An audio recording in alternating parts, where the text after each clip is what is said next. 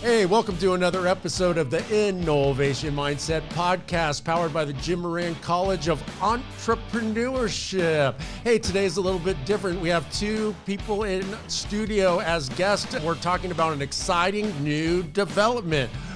We have Dr. Simon Mack, who recently left SMU, Southern Methodist University, Cox School of Business, Dallas. And then we also have Dr. Eric Laguori, who's the Associate Dean for Research and External Affairs at the Moran College.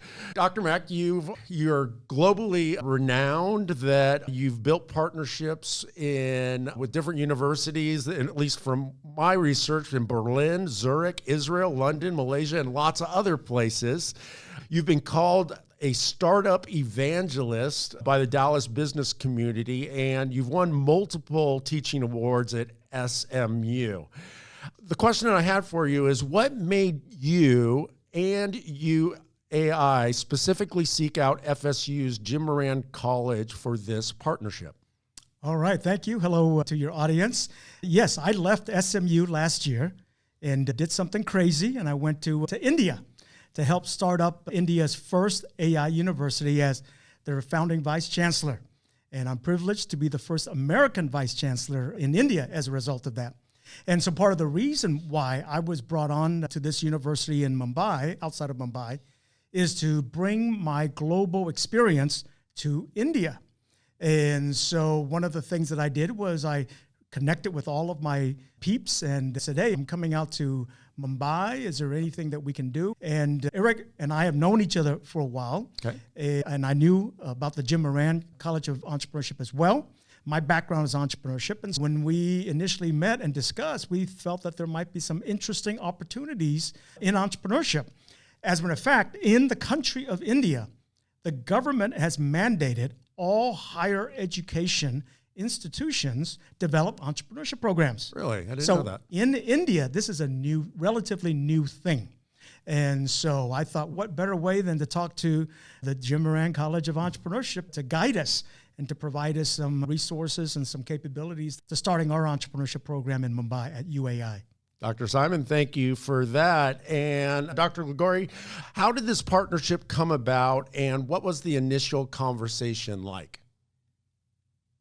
I think the first part of that conversation was, oh my gosh, Simon, you moved to Mumbai and you didn't tell me, and I learned about it on LinkedIn. Oh, yes. How about that? It was an interesting dialogue, because here we are as the nation's first sort of college of entrepreneurship, trying to carve out and define what that means to be really, truly interdisciplinary in this space here in the US. And here they are in India trying to do the same thing with AI interwoven across their entire university system.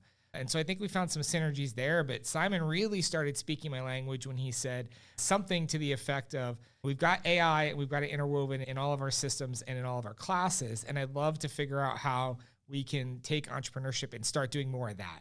And so we just started brainstorming without any idea of a potential partnership, just catching up and seeing what ideas emerged, and it led us down this path. Interesting. Thank you for that, Dr. Laguori. So, by the way, the lesson for your listeners out there is, keep in touch with your networks. Yeah, absolutely. I tell my students all the time that there's two things that will dictate their net worth, and that's how well they can present an idea to a person or group of people. Yep. And the second one is who you are networked with. Exactly, yeah. So I read this, and you can correct me, Dr. Simon, if I got it wrong, but I read that your personal mission statement is give a person a fish and they'll eat for a day, and teach them to fish and they'll eat for a lifetime. And you want to inspire to build fishing businesses that will feed their communities for a lifetime. Could you tell us a little bit? Did I get it right? Yeah, very good. Yeah, okay, very good. And tell us a little bit about the origins of that. Yes. I know the first part is a common saying, and the second part is you made it your own. So could you tell us a little bit about that? Sure. I came up with that personal mission statement when I was at SMU. I was in the entrepreneurship program at SMU in Dallas for about 20 years. And when I left, I was actually the head of the entrepreneurship program. And so what I realized is that we were teaching a lot of different things. We're teaching people how to fish. But then it occurred to me, if we can teach people how to build a fishing business, then they can feed their community for a lifetime. And so I actually shifted my whole curriculum and my whole philosophy in the classroom to actually impacting the community. And that's actually one of the things that brought me to Mumbai as well. The university that I'm at right now, one of our core values is impacting the local community that we're in. And so I'm basically extending my personal mission from Dallas to Mumbai. Wow, I bet that's very rewarding for you, and It is, yes. That's really exciting. Dr. Laguori, how does this philosophy match up with JMC's mission in entrepreneurship and empowering entrepreneurs, and maybe speak a little bit to social entrepreneurship program as well? Absolutely. I think it aligns really well. And I think if you think more broadly about what we want to do and what we hope our students will do when they graduate is have some sense of agency and control over what their future is. We want them to feel equipped with the entrepreneurial skill sets and mindsets they need to go and be successful in whatever direction they want to go. I think what's really special about our social entrepreneurship program in particular is its ability to carve out a unique place where they can make an impact and focus on how to scale it. And I've always appreciated how much you, Mark, have guided students, not just thinking about what sort of their purpose and their mission is, but about how they scale that impact to a much wider community. And I know that you've worked with students doing cool projects all around the globe. So I hope we just continue to scale those. I appreciate that. And hopefully that you didn't take that as a self-serving question either. But of course not. But I appreciate the accolades. Social is my favorite class to teach, and you allow me to jump into your program and talk to your students. Very nice. Thank you. Dr. Laguori, why Universal AI University? You're quoted in a press release that I read that you're saying that the partnerships will help students, and this is what you said, lead in a rapidly evolving digital economy. Out of all of the potential partners that FSU could partner with, why UAI? It's always good to work with a trusted partner, going back to your sort of network comment. I don't know that, at least in the Jim Moran College, we've done a lot of these international collaboration agreements in the past. We're actively looking to grow and scale those. And I think that we've seen here at FSU, just in the growth of all of our AI efforts campus-wide, how much interest there is from our students and how much potential there is. And so if we have the opportunity to lend our expertise to an interesting partner that's thirsty for it, as well as being able to lean on a friend and say, hey, let us know what's working for you and what's not working for you in the AI space, and we can build more international bridges for our students, it just seems like a win. Absolutely. So what's really cool is we have two firsts, right, coming together. We have the Jim Moran College, which is the first freestanding entrepreneurship college, and then we have UAI, which is the first 100% AI university. And Dr. Simon, I wanted to ask you just how do you develop and honor past traditions and just legacy and being the first and new? And how do you bring together academia and being innovative in a huge established culture like academia? Yeah, Mark, it's academia in India. And so there's a localization context as well. And so just for your audience, we are an officially 3-year-old university built on a 10-year-old college of business. Okay. So in India, you can't just start a university. You have to start a college, okay, prove to the government that you're legitimate, and then you apply to be a university, and then you start building the university. So that's why they brought in a vice chancellor, because you need a vice chancellor in India for a university. So in terms of the traditions relative to India itself, in our specific situation, we come from a business background, all right? So the good news is we view AI through the lens of business. The other nice thing about that is then we add in a school of AI. So instead of launching a school of engineering, we launch a school of AI. Now we have students who are creating the next generation AI tools, agents, learning models. And then we open up a school of liberal arts, a school of music and cinematics. And then this year we open up a school of design. So what we do is the traditional disciplines, we're building those, but the non-traditional element is we're applying AI in the classroom. And so that's with faculty, teaching using AI, as well as students having to use AI on their assignments. And so that's where we're trying to blend both the traditional classroom setting as well as the new AI-led classroom setting. Thank you for that. And when you see this unfolding here at the college, Dr. Laguori, what will the students see first, and how will they use this partnership? Yeah, that's a great question. I think part of the visit here with Dr. Simon is to begin mapping out exactly what we want to lean into and where do we have the biggest opportunity to have an impact and make a splash. So we had a great brainstorming session last night with some of the FSU leadership around AI at the university level and taking in what's happening there and comparing notes. We met this morning with some of the faculty in the Moran College to look at their research and synergies that might exist there. We've got a packed afternoon here. I don't know that I have a great answer for that question yet, but if you ask me in 48 hours, I hope to have a better one for you. All right, great. By the way, that is my exact experience with Dr. Eric when we first started talking. That's basically what he said to me. And then 48 hours later, he came back with a nice presentation and all the different ideas. And so I sent you a video. Yes, he sent me a video. I was very impressed. And I showed it to all my colleagues at UAI. Nice. So when you see, Dr. Simon, when you see this unfolding and how you've seen these partnerships work in other universities, how do you see it unfolding here at FSU? Yeah, so I think the perfect situation would be what we call faculty and student exchange. Students going back and forth between Mumbai and FSU, and of course UAI, students coming to FSU students coming to Mumbai, but also physically. Okay. Also faculty. And one of the things that came out of our faculty research meeting discussion this morning was a realization that one of the key areas of focus is in how do you alleviate poverty using entrepreneurship. And if you Google Universal AI University and you open up the Google map, you'll see that we are literally in the middle of several Indian villages.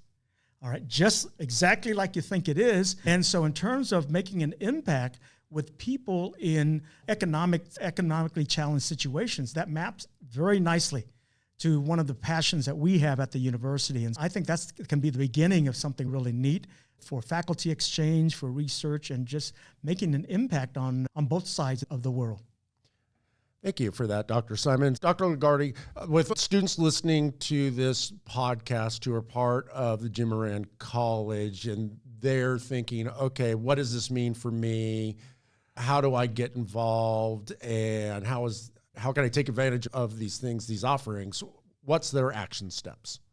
Absolutely. One, connect with myself, connect with Dr. Mack on LinkedIn. Okay. Send Simon a quick note and say, hey, I heard you on the InNOLEvation Podcast. I wanted to connect with you. I tell students this all the time, right? Anytime you have a speaker in class, for example, go ahead and send that just quick thank you note, acknowledgement note, because when you get 3 years down the road and you want to reach out to them because now you're working on something where there's some synergy or you need some advice, it's nicer to be able to reply to that old message and have them realize, oh, I've already spoken with this person. They were thoughtful enough to send me a quick note 3 years ago. I might be much more willing to then chat with them again. It's like reconnecting with an old friend versus making like a new cold call 3 years after the fact. So I would say first and foremost, just connect with people on LinkedIn, send that thank you email, whatever the case may be. Then I would say we're doing a quarterly webinar series. We did the first one a few weeks ago featuring Dr. Mack and Dr. Paul Marty here at FSU. And we've got, I think the next one tentatively scheduled for January. So we'll have that coming up and we'll blast that out across the FSU network and of course on LinkedIn so they can engage there. Certainly if there's a specific idea or ask or reason for a connection, reach out to me directly. I'm glad to run back and forth between the two parties and figure out how do we connect the right people for these different ideas and support our students any way we can. I think we're still in the infancy of this partnership. We just got it up and running this semester. And so I hope there's going to be a lot more to come in terms of student programming and other points of collaboration. We've got some time zone things to figure out if we're doing things synchronously, and we've got some budget things to figure out if we're putting people on planes, but we're actively working through those things now. Thank you for that. Dr. Simon, I read that you've brought students from Israel, London, and Berlin, or you had connections with students from Israel, London, and Berlin. And on your website, I saw lots of other places too. So truly global. What could our students expect if they go when they go to Mumbai? Very good, very good. In our entrepreneurship classes, we teach students to do opportunity identification, right? Look for opportunities. Opportunities are usually the greatest in a fast and growing market. That's India. In terms of GDP, India's GDP is growing at 3 times as much as the U.S. It is still a developing country, and so that means you're going to run into all sorts of interesting nuances that you've never thought about before. And because it's in a growth mode, that means that they're willing to adopt new things. And so that's why it's very interesting, especially for young people with lots of ideas. And you bring in some ideas from America, for example, and you say, hey, would this work in an Indian context? And the answer can be yes or no. If it's no, you pivot, you reiterate, and you do it again. And so that's a fast-moving environment for young Americans to come out and check it out and see what you can identify. Thank you for that. So I think on September 4th was the first webinar. Is that correct? And I heard a little bit of buzz about CryptoKitties. Can you enlighten us a little bit, Dr. Simon, on that? Sure. I think that one was part of the promotion, but one of the things that I did was in the early days of blockchain, I decided to teach blockchain entrepreneurship. In those days, blockchain was being taught basically from engineering schools, not from business schools, and rarely from entrepreneurship programs. And so I decided to research and look at how you can build business models using blockchain. And CryptoKitties was one of those that made everybody aware of NFTs. Remember all of that? Yep. And so who uses the word NFTs anymore? But nevertheless, nevertheless, coins at $120,000 now. And so there's something going on in that world. Nations are adopting it. And so it's a very interesting digital currency world of which AI fits right into that framework. I just had a student do a crypto meme, and they said that they had $500,000 go in and out of that account within 2 hours, and they were able to score like $2,000 out of that or something. It was really interesting listening to him talk about it. Yeah. I was reading about at SMU, you created prison entrepreneurship, and that program took students to global stage. Can you tell us a little bit about that, Dr. Simon? Yes. Again, it's within the spirit of where I wanted my entrepreneurship students to give back to the community. And Prison Entrepreneurship Program, PEP, is actually a Dallas-based company. And they came to me and they said, hey, would your students be willing to come in and basically be volunteer Shark Tank to judge the pitches by these prisoners? And so I knew very little about being prison, but the punchline is if you are a felon in the United States of America, it's very hard for you to get a job. Yes. And if you can't get a job, what are you going to do? You're likely to go back to your old ways. Yeah. Yes, very high. So the recidivism rate on average is 60, 70%, but under the Prison Entrepreneurship Program, it's less than 10%. Oh, wow, that's incredible. And so I started bringing my students literally inside a local prison right outside of Dallas, Texas. And we would go behind the walls, behind the fences, and they would be judges in their pitch competition. And so my students would have just learned how to pitch in my class and just learned how to give feedback on the pitches, and then immediately I bring them to prison. And they're practicing what they learn in the classroom right inside of a prison context. And so it was an amazing experience, life-changing for, I think, all the students who came with me. Yeah, I'd love to hear more about some of the feedback that you've gotten from the students that had that experience. Absolutely. I think the first one is they were very gratified to know that they can actually use their entrepreneurship education to benefit people that they never really thought about. On top of that, the Prison Entrepreneurship Program itself is a very well-developed program. And so they were impressed at how there are programs whose mission is to help prisoners and to help them survive when they come back out and to build a new life. And so I think my students were challenged to think about something and think about people that they normally would not think about, which is basically part of the job of a college professor. Yeah, exactly. Well done. That sounds really interesting. Yes. Dr. Laguori, you're heading up research here at the Jim Moran College of Entrepreneurship. Do you envision collaborative research between UAI and JMC? And if so, how do you see that developing? Yeah, I think we will see some interesting projects emerge in our sort of brainstorm this morning with the research team. There were some potential synergies around poverty and entrepreneurship as a mechanism for poverty alleviation around the globe, and looking at the opportunities and the challenges with taking frameworks we use here in the US and bringing them to a context like that.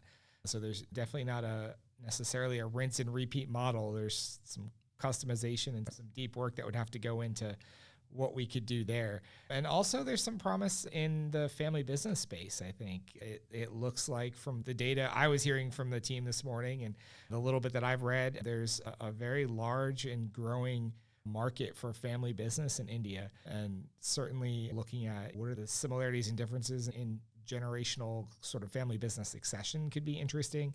Looking at the role of family business in like national level GDP, it could be interesting. So there's, I think, a lot of possibilities, and I think we'll see some interesting projects emerge. Outstanding.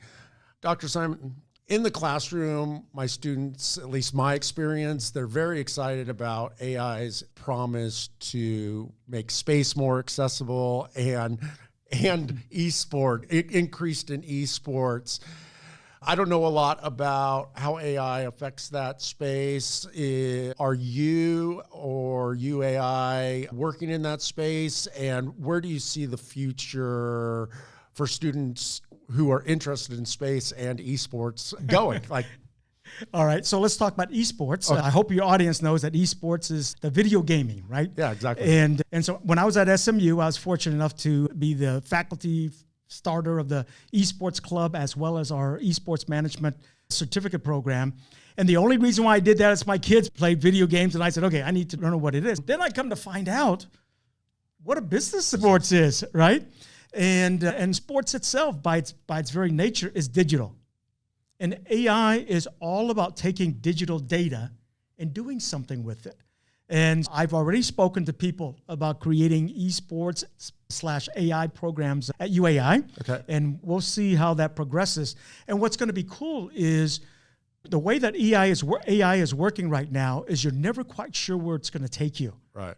So the key is just take the first step. And I would say that with just about anyone who's thinking about AI is just to take the first step and then kind of let it guide you in all sorts of very interesting ways. And so, yes, that's definitely on our mind. Now, as a side note, the government of Maharashtra, all right, Maharashtra is the state that Mumbai is in. Okay. We had a meeting with them, and they found out that I knew something about eSports. And they said, hey, we're trying to develop a program on drones and flying drones. And I said, that's perfect. College kids who play eSports, they would be perfect to fly drones as part of as a potential job. And so we've created a new job category called commercial drone pilot. Okay. And so we're going to do that as well, but that's spun off of eSports. Oh, interesting. Yeah. So all sorts of things come up when you put on that entrepreneurial mindset. Can I jump in? Yeah, please jump in. I have a question. I was at dinner last night talking with one of our FSU students who spent some time this summer in the digital content space in Mumbai. And I overheard a snippet of a conversation between Josh, him, and Dr. Simon here around AI and Bollywood. So what did I miss last night? Because it sounded really interesting. What's going on with AI and Bollywood? There we go. Sure. Again, for your audience, Mumbai is the center of Bollywood, right? So we all know what Bollywood is. And so when I went to Universal AI Universities, one of the things I wanted to do was to bring AI to Bollywood. Now, we started with the School of Music. All right. So the way that we use AI for the School of Music is not for creating music, but for editing, producing, and doing what's called sound engineering. So we think AI is going to help create sounds that we never thought possible because our minds are limited, but the computer can just keep going and doing all sorts of things. But what I was talking to Josh about is just by sheer coincidence, we're now launching our AI in Cinematics program. And we had a master class on how to use AI to create films. And at the Cannes Festival, they now have a category for the best AI film. And so what I was telling Josh, the student I was very excited about, is the impact of AI on filmmaking. And I said that I don't know if people in Hollywood truly understand what's coming down the pike in terms of AI's impact on filmmaking and film production and film budgeting, the whole 9 yards. And so that's a little bit of something that I did not anticipate when I went to Mumbai, but that sort of popped up, and we're very excited to pursue that, starting in Bollywood, and then we hopefully come to Hollywood. That's really interesting. Thanks for asking that question, Dr. Laguori. Dr. Simon, you did a spin on BHAG's Big, Hairy, Audacious Goals. And when you were at the chair of Dallas, and you called it Big, Fat, Hairy, Audacious Idea Committees. What are the big ethical challenges that you see in the future with AI? So great question. The traditional answer is, AI is going to replace jobs, right? So that's traditional answer number one. Traditional answer number two is, what about data security and data privacy? Non-traditional answer number one actually came from my psychology students. No one is talking about the impact of AI on the brain and what it's going to do with brain. And so I said, what do you mean? What's it going to do with the brain? How we interact with an AI agent is eventually going to impact our brain. And so that blew me away. And this is my undergraduate psychology class, and they were writing a report on the impact of AI in psychology. And I never thought there would be impact on the brain.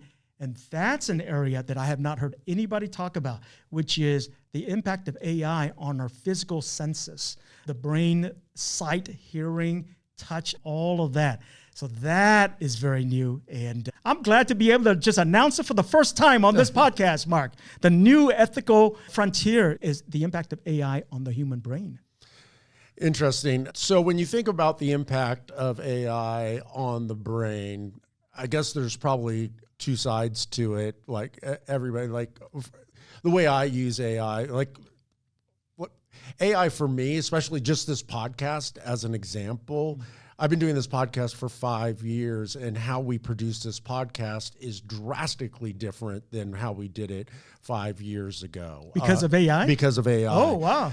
Now with AI, we're able to take out all of the ums and filler words with one click. In fact, I had somebody email me the other day asking me what AI software that we use, because me and the guests sound so eloquent and never have ums or anything like that. And it was interesting when it first... Can I test it? There you go. Yeah, now we're going to have big dead space. Okay. But yeah, it's actually, when it first came out, it was terrible. It was just hard cuts and everything. And now it's just about seamless. But AI has helped us grow this podcast 10x because... I used to do 1 or 2 shorts, which always get a lot more clicks than the full episode. And now I can generate 10 shorts with descriptions with 1 click and with the subtitles and everything. And that has grown this podcast exponentially. And then also they just released a B-roll feature, which I'm actually going to try on this podcast, where AI will pick up things that we're talking about, and on the video it'll run B-roll that, and I'm just going to test it out because it's a brand new feature. Yep. So when you're talking about Bollywood and things like that, and we use Adobe products. My class, I teach a podcasting class here, and we use Adobe products, and now we can put a still picture in and it will create a video out it. And then also what's really fun is they're out there shooting video, and they can AI can extend the logical next part of the video if they cut it off a little bit too quickly, which seems to be one of the big problems with new filmmakers or short content. They cut too early, and you need a little bit extra. So that's really interesting. You're talking about Bollywood, and then how Hollywood really doesn't understand what's coming up next. So that's really interesting that you are looking and investigating that. Dr. Laguori, you mentioned in the press release that this partnership aims to, don't you love it when I'm quoting you? Yeah, I worry deeply. This partnership aims to create economic and social impact. Can you give us some examples of the kinds of AI-driven entrepreneurial solutions that you're hoping to see come out of Moran College? Well, Those are two different questions. Okay. Out of the Jim Moran College or out of this partnership? Out of the partnership. So I would say out of this partnership, when I said that, I was thinking about what are the types of things that FSU can get involved in and how can we scale sort of our impact, and thinking about how do we really lean more into the global aspect of the Jim Moran Institute for Global Entrepreneurship, because that is an area of growth for us as a college and an institute. And there, I think the poverty program is a great example of that. If we were able to go and deploy a version of what we run here with LEAP in some of the communities in and around that university, you have not just the ability to help stimulate economic activity, right? Mm-hmm. By doing so, you have the ability to help uplift some of those communities and to take them out of poverty. And that's really the goal of what we're trying to accomplish in that space. And in my mind, I was thinking pretty specifically about that, but you could say the same thing about family business in India. You're looking at 70+% of GDP being driven by those organizations. And so I think there's lots of room to have an impact when you're dealing with, as Dr. Simon said, a really high growth market. Nice. Thank you. Dr. Simon, just talking about research opportunities that I read, UAI faculty has 40 patents and has over 100 research papers. And I know that's an area here at FSU that obviously we're a research university, and Dr. Laguori was brought on to our college to really ramp up that research muscle in our college. How do you see FSU or JMC students specifically partnering with UAI and their faculty to increase our research output and our research ethos? Absolutely. Thank you for asking that. As I mentioned earlier, entrepreneurship education is generally new in India. And so my desire is to have Jim Moran students and faculty work with my faculty to do research that intersects entrepreneurship. We would bring the AI element, and I'm hoping Jim Moran would bring the entrepreneurship element, and together we might be able to do something that is not only publishable, but also actually has the opportunity to make an impact to society. And so that's really what I'm looking for and hoping for. Dr. Laguori, would you like to add on to that? Yeah, I think we're dealing with such an open sandbox and so much potential, right? You look at the room for growth on both sides, and if we can find the right stride and the right way to work together, I think there's a lot of cool potential outcomes. Nice. Thank you for that. LTI Mindtree, Dr. Simon. Yes. UAI is backed by, I believe, 60 global CEOs and has partnerships with $44 billion at LTI Mindtree. Can you tell us a little bit about that and what that means for our students? Sure. So my answer is actually going to be the answer that my boss, the founder of the university, gives. And so the founder of the university comes from a business background, not an academic background. And so his vision for a college and then also the university is to always make our students industry relevant. And so when we first launched our School of AI, we said, before we launch the School of AI, let's go talk to one of the biggest IT companies around to give us advice on how to create our curriculum and to put us through some rigors. We can demonstrate value to the students, and so that's LTI Mindtree. LTI Mindtree is a company in India. They're a global company, but primarily India, and they're a large IT company where consulting in AI is actually one of their core strengths. Okay. And so they came to us and they said, in that case, let me tell you exactly what we do when we have our students, when they hire graduates, they basically retrain them for AI. They said, can I just have them trained as part of your degree? And we said, yes, of course. And so that was how the partnership was structured, is that they basically gave us inputs relative to their own internal AI training program, and we've implemented into our college undergraduate degree program. Okay. Thank you for that. That's really interesting, and just to have that reach. So the next question I'm going to ask selfishly from my point of view, and because part of your bio is top 10 cities without the headaches, talking about entrepreneurship and things like that. A little bit about my history, just really quick. FSU is the first job that I've ever gotten. the first W-2 job. Everything I've ever been in is I was either born into every business or I started myself. And we sold our family business in California in 2003, and I moved to Tallahassee to do some nonprofit work. And I started a little company called Red Eye Coffee here, which is a social impact company. And through that, I was able to be on the Chamber of Commerce and get really involved in the I'm going somewhere with this. I'm not just reading you my resume. Tallahassee, for as long as I've been here, 20 years, and being involved with Domi Station, which is one of our incubators, and the Chamber of Commerce, just really trying to figure out how do we get rid of the headaches and really remove the barriers to entrepreneurship here. And me being part of the College of Entrepreneurship and Chamber of Commerce and Domi Station and all these kind of different things over the years, it's been a real challenge. Through your research and your experience and your time in building the Dallas ecosystem, entrepreneurship ecosystem, how do you think UAI and you specifically, your personal experience, how can we supercharge the entrepreneurship ecosystem here in Tallahassee? Very good. So I actually teach a lecture on that question, and it's a lecture on what are the key elements of an entrepreneurial ecosystem. Mm-hmm. And so everybody says you have to have money, mm-hmm. you have to have education, you have to have support services, you have to have facilities, you have to have spaces. So those are the generic 5. I add a 6th one, which is you need entrepreneurial heroes. Jim Moran is an example of an entrepreneurial hero. Uh-huh. If you are in a location where there are very few entrepreneurial heroes, it's going to be hard to get entrepreneurs.